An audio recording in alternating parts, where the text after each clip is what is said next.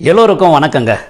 அடிக்கடி யானைகள் நடமாட்டம் அதிகரிச்சுக்கிட்டே இருக்குன்னு விவசாய பொதுமக்களுக்கும் சரி, அரசாங்கத்துக்கும் சரி கவன ஈர்ப்பு தகவலாக அப்பப்போ சமூக வலைத்தளங்களில் பதிவுகளை பதிவிட்ட வண்ணமே இருக்கும். தற்போது 7/7/2026 அன்னைக்கு விடிய காலையில் கிருஷ்ணகிரி மாவட்டம் வேப்பனப்பள்ளி ஒன்றியம் திம்மசந்திரம் பகுதியில் 2 காட்டு யானைகள் வாழைத்தோட்டத்தை நாசமாக்கியிருக்குங்க. காடு இருக்கிறதோ கிழக்கு திசையில், ஆனால் யானைகள் வந்திருக்கிறது மேற்கு திசையிலிருந்து கிழக்கு திசையை நோக்கி வந்திருக்கும் போல் தெரியுது.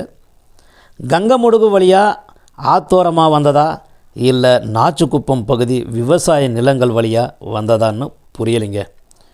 ஒவ்வொரு கால் தடமும் 2 அடிக்கு 2 அடி அகலமாக இருக்குங்க. அந்த கால் தடத்தை பார்க்கும்போது அப்படியே ரொம்ப பயமாக இருக்குங்க. அதனால் உஷார் மக்களே, உஷார்.